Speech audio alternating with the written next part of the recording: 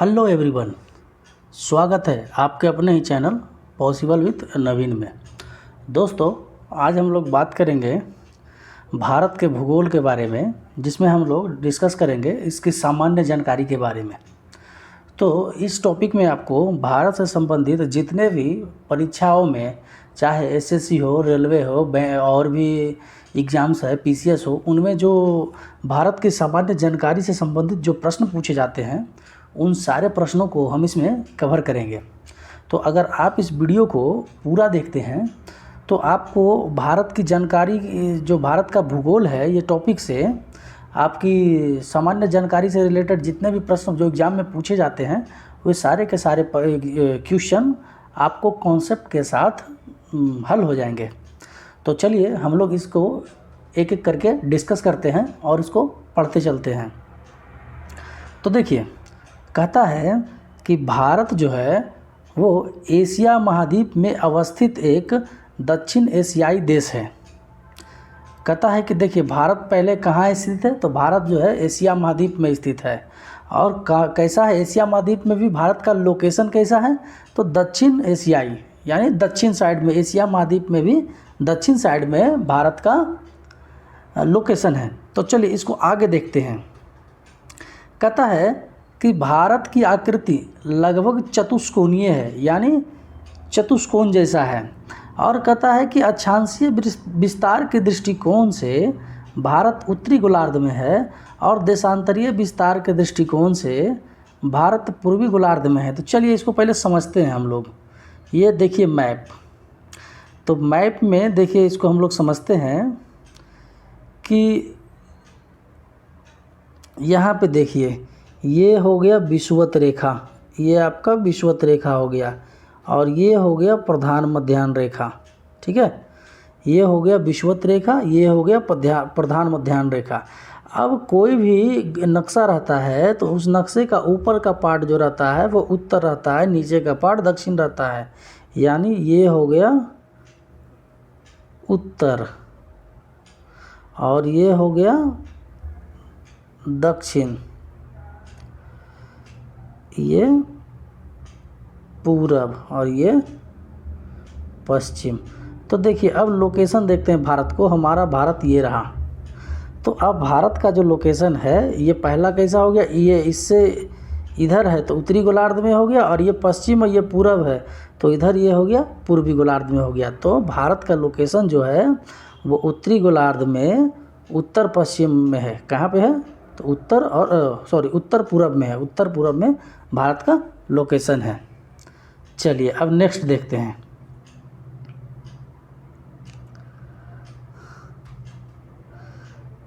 पहले देख लेते हैं। कहता है कि संपूर्ण भारत का अक्षांशीय विस्तार जो है 6 डिग्री 4 मिनट से 37 डिग्री 6 मिनट के मध्य है।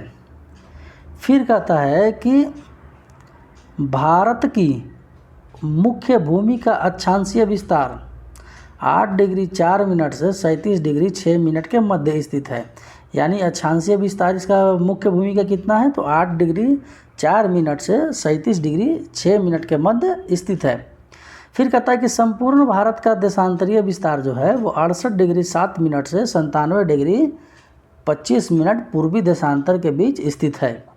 तो अब देखिए इसको हम लोग मैप से समझते हैं। ये रहा हमारा मैप। अब इस मैप में हम लोग देखेंगे, ये रहा हमारा, यहाँ पे देखिए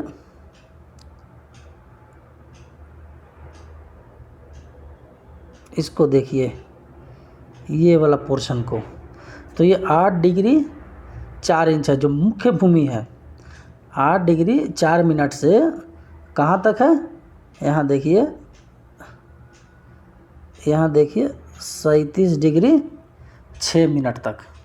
ठीक है, अब इसको आगे देखिए। अब कहता है देशांतरीय विस्तार जो है इसका, वो देशांतरीय विस्तार 68 डिग्री 7 मिनट से 97 डिग्री 25 मिनट तक का है। तो हम लोग को इसको ध्यान रखना है कि भारत का जो अक्षांशीय विस्तार है वो 8 डिग्री 4 मिनट से 37 डिग्री 6 मिनट के बीच में है, और देशांतरीय विस्तार जो है वो 68 डिग्री 7 मिनट से 97 डिग्री 25 मिनट तक है। ठीक है, नेक्स्ट देखते हैं। दक्षिण है, ये पूरब है, ये पश्चिम है। तो देखिए कहता है उत्तर में हिमालय पर्वतमाला है, दक्षिण में श्रीलंका है और हिंद महासागर है, पश्चिम में अरब सागर और पाकिस्तान है, और पूरब में बांग्लादेश है, म्यांमार है और बंगाल की खाड़ी है। ठीक है, और उत्तर पूर्व का जो एरिया है, उत्तर पूर्व के एरिया में नेपाल, चीन और भूटान है। तो आपको इस मैप से ध्यान रखना है कि कौन सा चीज़ कहाँ पे है। ठीक है, तो उत्तर में हिमालय पर्वतमाला, दक्षिण में श्रीलंका और हिंद महासागर, पूरब में बांग्लादेश, म्यांमार, बंगाल की खाड़ी, और पश्चिम में अरब सागर, पाकिस्तान है, और आपका उत्तर पूर्व में जो है वो नेपाल, चीन व भूटान है। तो चलिए आगे बढ़ते हैं हम लोग। कहता है कि भारत का जो सबसे उत्तरी बिंदु है इंदिरा कौल है। अब देखिए उत्तर में कौन सा है, उत्तर में आपका ये वाला पॉइंट है, उत्तर में आपका ये वाला पॉइंट है और थोड़ा सा ऊपर, तो वहाँ पे इंदिरा पॉइंट है, सॉरी इंदिरा कौल है। और दक्षिणी बिंदु जो है वो इंदिरा पॉइंट है, सबसे दक्षिणी बिंदु जो है इंदिरा पॉइंट है, वो बृहत निकोबार द्वीप समूह में है, इस साइड में है वो। हाँ, और फिर कहता है कि भारत का सबसे पूर्वी बिंदु बलांगू है अरुणाचल प्रदेश में, और भारत का सबसे पश्चिमी बिंदु सर क्रीक है गुजरात में। तो आपको ये भी याद रखना है कि भारत का सबसे उत्तरी बिंदु इंदिरा कौल है। तो इंदिरा कौल कहाँ है, जम्मू कश्मीर में, और भारत का सबसे दक्षिणी बिंदु इंदिरा पॉइंट है, तो कहाँ है, बृहत या बड़ा निकोबार में। पहले सीधा पूछता था तो अंडमान निकोबार, उसको अंडमान निकोबार को थोड़ा सा और क्लोज किया क्वेश्चन में तो कर दिया बृहत निकोबार। तो बृहत निकोबार यानी बड़ा निकोबार। और भारत का सबसे पूर्वी बिंदु बलांगू है अरुणाचल प्रदेश में, और भारत का सबसे पश्चिमी बिंदु सरक्रीक है गुजरात में। तो आ गया यहाँ तक समझ में। तो चलिए नेक्स्ट आगे बढ़ते हैं हम लोग। फिर कहता है कि भारत क्षेत्रफल की दृष्टि से विश्व का 7वां सबसे बड़ा देश है, यानी विश्व का 7वां सबसे बड़ा देश कौन है, भारत है। तो इसको हम लोग क्या करेंगे, ट्रिक से याद करेंगे। तो इसका ट्रिक है रुक चीन अब आ भारत, रुक चीन अब आ भारत, इसको ट्रिक से याद करेंगे। तो है रुक चीन अब आ भारत। अब क्या है कि एग्जामिनेशन में जो एक स्टैटिकल क्वेश्चन देते हैं तो उन स्टैटिकल क्वेश्चन में अब इसी तरह के क्वेश्चन को डाल देते हैं। अब आपको सीधा सीधी नहीं पूछेगा कि भारत विश्व का 7वां बड़ा देश है तो कैसे है, ये सब नहीं पूछेगा। अब सीधा दे देगा आपको सीरियल नंबर से लगाने के लिए। कंपटीशन जिस हिसाब से टफ होते चला गया है। तो चलिए देखिए हम लोग देखते हैं। तो रुक से रूस, क से कनाडा, ची से चीन, रुक चीन, अ से अमेरिका, ब से ब्राज़ील, भारत,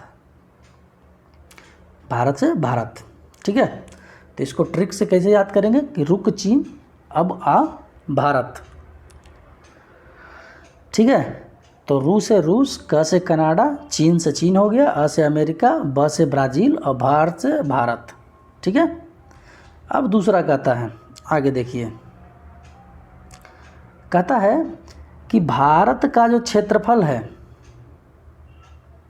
ठीक है, कहता है कि भारत का जो क्षेत्रफल है वो संपूर्ण विश्व के क्षेत्रफल का 2.4% है। अब देखिए भारत का क्षेत्रफल संपूर्ण विश्व के क्षेत्रफल का 2.4% है, लेकिन जनसंख्या जो है भारत का और विश्व के कुल जनसंख्या का 17.5% है। वो भी 2021 के जनगणना के हिसाब से, 21 ने 11 के जनगणना के हिसाब से, 21 में तो जनगणना हुआ ही नहीं है अभी। ठीक है, तो कहता है कि भारत का क्षेत्रफल जो है पूरी दुनिया का क्षेत्रफल का 2.4% है, लेकिन आबादी है 17.5%। तो इस प्रकार से आप समझ सकते हैं कि हमारे देश में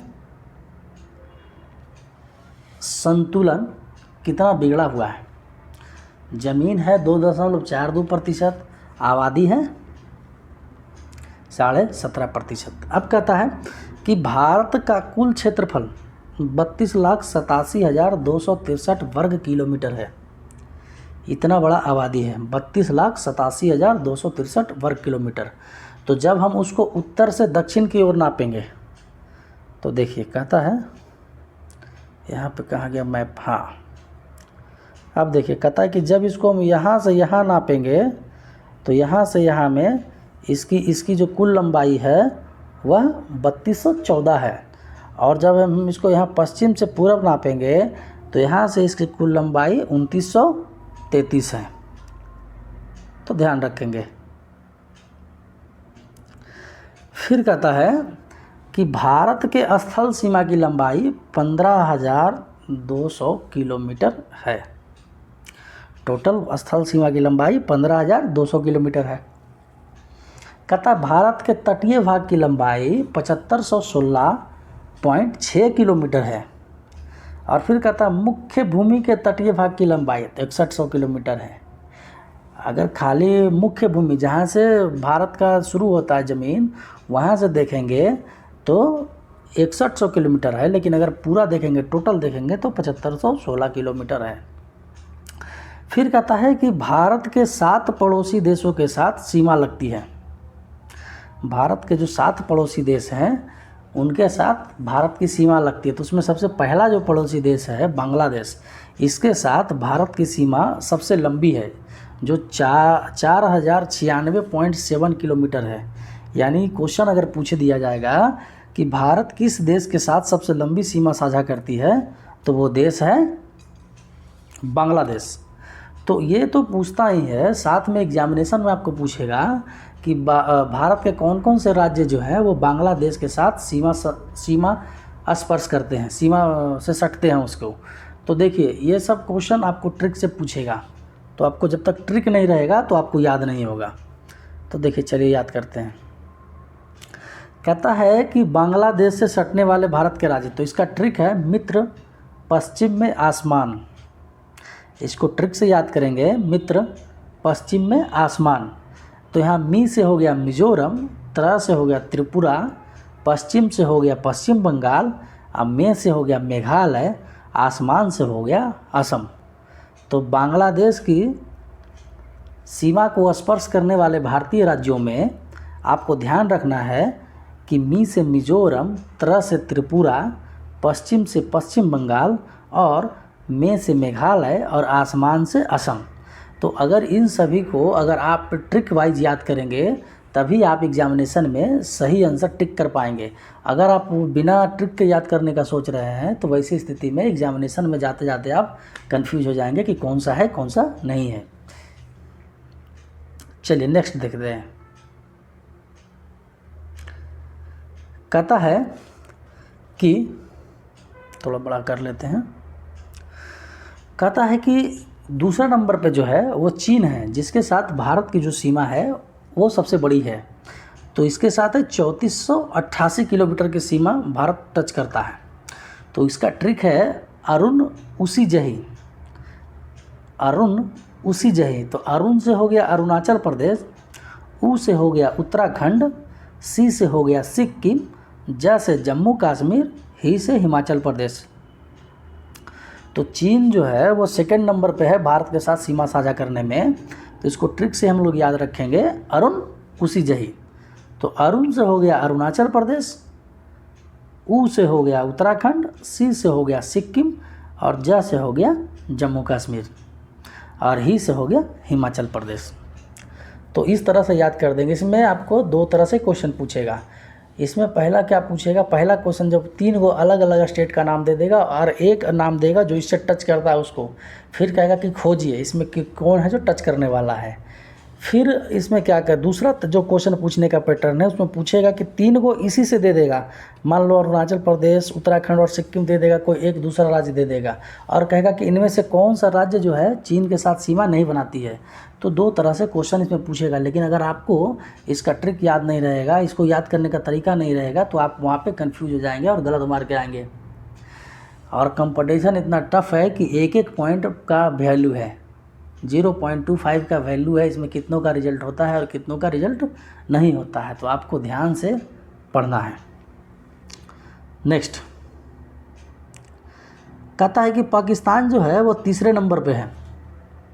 पाकिस्तान जो है वो तीसरे नंबर पे है। तो पाकिस्तान के साथ जो सीमा है वो 3323 किलोमीटर की है। तो इसको हम लोग याद रखेंगे ट्रिक से, पंगू राज। अगर आपको पॉसिबल है तो आप लोग स्क्रीन शॉट लेते चले जाएं और उसको आप एक डायरी में नोट कर लें। ये ट्रिक्स कम से कम डायरी में नोट कर लें ताकि आपको याद करने में आसानी हो। तो अब देखिए पाकिस्तान के साथ है पंगू राज। तो पंगू राज में हो गया पंजाब, गू से हो गया गुजरात, रा से हो गया राजस्थान, जा से हो गया जम्मू कश्मीर। तो जम्मू कश्मीर जो अभी ये तो राज्य नहीं है, अभी तो ये केंद्र शासित प्रदेश हो गया है, लेकिन फिर भी आपको ध्यान रखना है कि 3 राज्य लग रहे हैं और एक केंद्र शासित प्रदेश, ठीक है। और लद्दाख का भी कुछ एरिया है, लद्दाख का भी कुछ एरिया है। तो जम्मू कश्मीर में पूरा लद्दाख का भी एरिया पकड़ के चलो आप। नेक्स्ट कहता है कि नेपाल के साथ, तो नेपाल के साथ जो है 1751 किलोमीटर की सीमा भारत साझा करती है। तो इसको ट्रिक से हम लोग याद करेंगे कि बिहार उत्तर से पश्चिम उतरा, बिहार उत्तर से पश्चिम उतरा। आप इसको 2 बार 4 बार 5 बार प्रैक्टिस करेंगे तो आपको याद हो जाएगा। तो शुरू में थोड़ा सा अनकंफर्टेबल रहता है, लेकिन 2 बार 3 बार 4 बार 5 बार अगर आप इसको प्रैक्टिस करेंगे और जब इसका क्वेश्चन जब आपको एग्ज़ाम में मिलेगा और तब जाके आपका कॉन्फिडेंस क्लियर हो जाएगा, तब आपके दिमाग में एकदम आ जाएगा, डायरेक्ट ट्रिक आपको याद आ जाएगा। तो बिहार से हो गया बिहार, उत्तर से हो गया उत्तर प्रदेश, से हो गया सिक्किम, पश्चिम से हो गया पश्चिम बंगाल और उत्तरा से हो गया उत्तराखंड, ठीक है। नेक्स्ट कहता है कि म्यांमार के साथ 1643 किलोमीटर की सीमा साझा करता है भारत। तो इसका ट्रिक है, हम लोग याद रखेंगे, अरुण नागमणि मिला, अरुण नागमणि मिला। तो अरुण से हो गया अरुणाचल प्रदेश, नाग से हो गया नागालैंड, मणि से हो गया मणिपुर, मिला से हो गया मिजोरम। तो अरुण नागमणि मिला। तो याद रखेंगे हम लोग कि म्यांमार का जो सीमा साझा करते हैं उसको हम लोग याद रखेंगे कि अरुण नागमणि मिला। तो अरुण से हो गया अरुणाचल प्रदेश, नाग से हो गया नागालैंड, मणि से हो गया मणिपुर, मिला से हो गया मिजोरम। नेक्स्ट कहता है कि भूटान के साथ जो सीमा स्पर्श करता है, भूटान से भारत जो है 699 किलोमीटर की सीमा साझा करता है। तो इसको ट्रिक हम लोग याद रखेंगे, अरुण पश्चिम से आया। क्या याद रखेंगे? अरुण पश्चिम से आया। तो अरुण से हो गया अरुणाचल प्रदेश, पश्चिम से हो गया पश्चिम बंगाल, से हो गया सिक्किम, आया से हो गया असम। नेक्स्ट फिर कहता है कि अफ़गानिस्तान से भारत 106 किलोमीटर की सीमा साझा करता है, लेकिन जब ये सीमा जो है अभी ये जम्मू कश्मीर के पीओके में है, जिस पर अभी पाक ऑक्युपाइड कश्मीर, जिस पे अभी पाकिस्तान का कब्जा है। तो जब पीओके इंडिया में, अब देखिए इसको एक बार हम लोग समझते हैं कि भारत एवं चीन की जो सीमा को मैकमोहन रेखा कहते हैं और भारत एवं पाकिस्तान की सीमा को रेड क्लिफ रेखा, और भारत और अफ़गानिस्तान की सीमा को डुरंड रेखा कहते हैं। तो ये अभी डुरंड रेखा कहाँ है? तो डुरंड रेखा अभी पीओके में चला गया है। फिर कहता है कि दक्षिण में श्रीलंका भारत से पाक जल संधि, यानी इसको पाक जल डमरू भी बोलते हैं, तथा मन्नार की खाड़ी के द्वारा अलग होता है।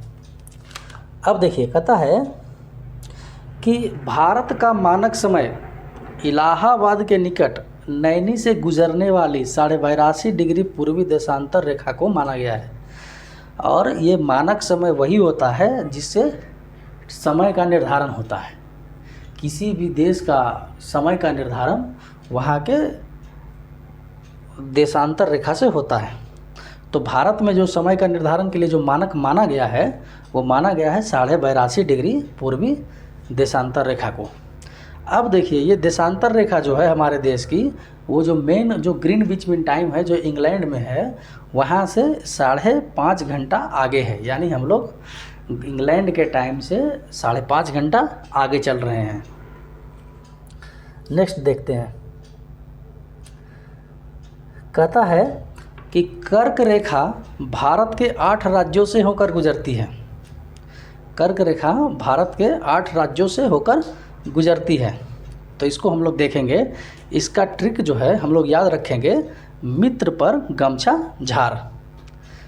तो मी से हो गया मिजोरम, त्र से हो गया त्रिपुरा, प से हो गया पश्चिम बंगाल, र से हो गया राजस्थान, ग से हो गया गुजरात, म से हो गया मध्य प्रदेश और छ से हो गया छत्तीसगढ़ और झार से हो गया झारखंड।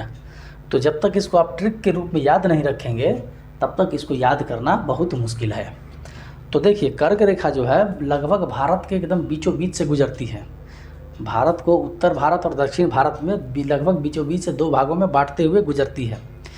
तो देखिए, इसको हम लोग याद करेंगे कैसा, मित्र पर गमछा झार। मी से मिजोरम, त्र से त्रिपुरा, प से पश्चिम बंगाल, र से राजस्थान, ग से गुजरात, म से मध्य प्रदेश, छ से छत्तीसगढ़ और झार से झारखंड। तो इसको हम लोग देखते हैं मैप में कि कैसे कैसे गुजर रहा है। तो देखिए, यहाँ पे जो कर्क रेखा है जो रेड वाला है, तो देखिए गुजरात से गुजर रहा है, मध्य प्रदेश से गुजर रहा है, फिर झारखंड से गुजर रहा है, पश्चिम बंगाल से गुजर रहा है और त्रिपुरा से गुजर रहा है और मिजोरम से, और यहाँ पे थोड़ा सा राजस्थान से कट करके जा रहा है। तो मित्र पर गमछा झार हम लोग याद रखेंगे तो हमको याद हो जाएगा। नेक्स्ट कहता है कि भारतीय उपमहाद्वीप जो है, भारतीय उपमहाद्वीप में भारत, पाकिस्तान, बांग्लादेश, नेपाल और भूटान देश सम्मिलित हैं। यानी भारतीय उपमहाद्वीप में भारत के 5 देश सम्मिलित हैं।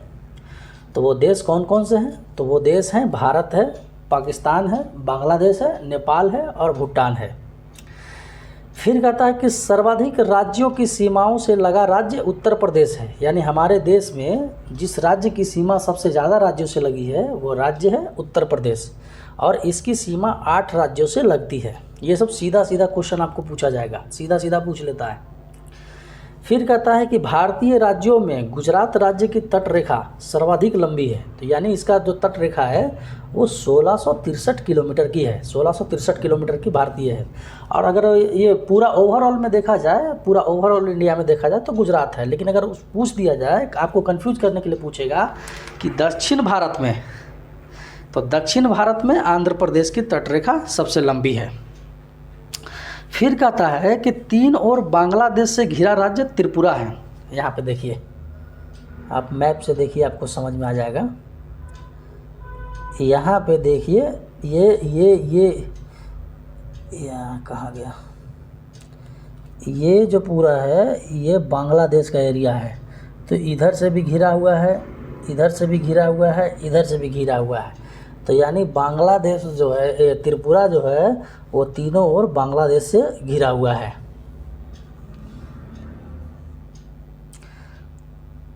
अब आगे देखते हैं। फिर कहता है कि संकोश नदी असम और अरुणाचल प्रदेश के बीच सीमा बनाती है। यानी संकोश नदी जो है वो असम और अरुणाचल का सीमा का निर्धारण करती है। फिर कहता है कि यांगयाप दर्रे के पास ब्रह्मपुत्रा नदी भारत में प्रवेश करती है। जैसे ब्रह्मपुत्रा नदी जो है यांगयाप दर्रा से होते हुए भारत में एंट्री मारती है। फिर कहता है कि जोजिला दर्रा का निर्माण जो है वो सिंधु नदी द्वारा हुआ है और सिपकीला दर्रा का निर्माण सतलज नदी द्वारा। जोजिला दर्रा सिंधु नदी से, सिपकीला दर्रा सतलज नदी से और जलैपला दर्रा का निर्माण तीस्ता नदी के द्वारा हुआ है। तो आपको ध्यान रखना है कि जोजिला आएगा तो सिंधु, सिपकीला आएगा तो सतलज और जलैपला आएगा तो तीस्ता नदी द्वारा। फिर कहता है कि भारत का सबसे ऊंचा दर्रा काराकोरम दर्रा है, जिसकी ऊंचाई 5624 मीटर है, 5624 मीटर। फिर कहता है कि बुर्जिल दर्रा श्रीनगर से गिलगित को जोड़ती है। बुर्जिल दर्रा श्रीनगर से गिलगित को जोड़ती है। फिर देखिए, कहता है कि बनिहाल दर्रा से जम्मू से श्रीनगर जाने का मार्ग गुजरता है। अगर आपको जम्मू से श्रीनगर जाना है तो बनिहाल दर्रा से होकर ही जाना होगा। फिर कहता है कि जवाहर सुरंग जो है वो बनिहाल दर्रा में ही स्थित है। फिर आगे देखना है आपको, कहता है कि तुजू दर्रा मणिपुर एवं म्यांमार को जोड़ता है। मणिपुर यानी भारत एवं म्यांमार को जोड़ता है कौन? तुजू दर्रा। और कहता है सिपकीला दर्रा जो है, सिपकीला दर्रा शिमला से तिब्बत को जोड़ता है। सिपकीला दर्रा शिमला को तिब्बत से जोड़ता है। तो एक बार इसको अगर पूरा वीडियो थोड़ा दिक्कत हुआ हो समझने में तो उसको दोबारा देखिए और इसको बढ़िया से समझिए, क्योंकि इसमें सारे के सारे क्वेश्चन बहुत ही इंपॉर्टेंट है जो बार बार एग्जामिनेशन में पूछे जाते हैं। और अभी जो है वो नौकरियों की भरमार आने वाली है, अभी वैकेंसी बहुत तगड़ा आने वाला है। रेलवे का वैकेंसी कमिंग सून है, बिहार पुलिस का वैकेंसी कमिंग सून है, CRPF का वैकेंसी आने वाला है, RPF का वैकेंसी आने वाला है, और भी कई तरह की वैकेंसी आने वाली है। तो अभी आप लोग इस पर विशेष फोकस कीजिए। चलिए, धन्यवाद।